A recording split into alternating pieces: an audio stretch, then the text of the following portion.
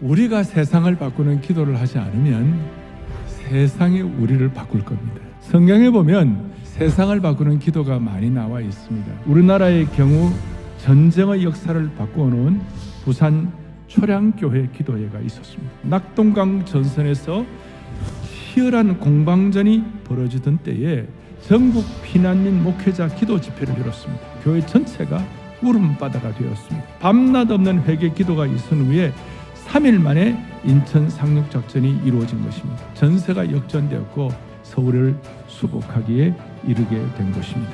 하늘의 역사에서는 이것이 그 기도회를 통하여 이루어졌다고 믿는 것입니다. 다니엘서 9장의 기도는 성경에서 가장 강력한 기도 중에 하나입니다. 주여 들으소서, 주여 용서하소서, 주여 귀를 기울이시고 행하소서. 곧 그 통치 원년에 나 다니엘이 책을 통하여, 크게 보면 구약의 말씀이죠. 역사를 바꾸는 기도, 세상을 바꾸는 기도는 말씀과 기도가 같이 가야 세상을 바꾸는 것입니다. 말씀을 통하여 예루살렘이 황폐함이 70년 만에 그치리라. 예레미야를 통하여 하나님께서 주신 말씀을 다니엘이 깨닫게 된 것이, 말씀의 역사가 시대적인 형편과 서로 동떨어지면 안 되는 것이죠. 한 손에는 예언의 말씀과 한 손에는 역사적 현실을 붙잡았는데 역사적 현실을 기도를 통하여 극복하도록 만들어 주셨다 그 말이에요. 1절에 보니까 다리오가 갈대아 나라 왕으로 세움을 받은 첫 해라고 그랬어요. 느부갓네살을 비롯한 바벨론 제국을 섬겼는데 이제는 세상이 바뀌었어요. 다니엘의 마음속에 천하를 장악하고 천하를 움직이시는 분은 천재 주제이신 하나님이시구나.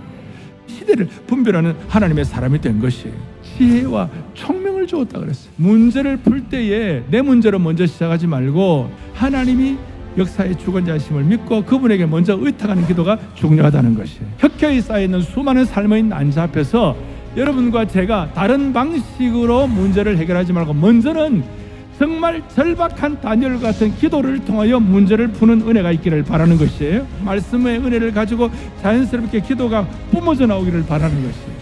영적 전쟁을 위해 가장 강력한 무기가 성령의 검이에요.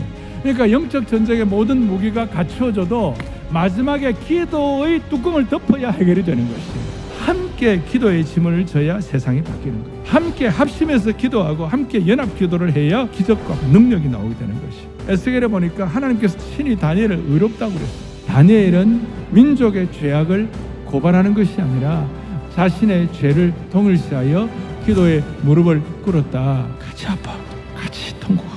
민족의 죄를 우리가 고발하는 사람이 아니라 거룩한 기도의 짐을 지기 시작할 때 하나님은 바로 응답을 준비하고 계시는 것이.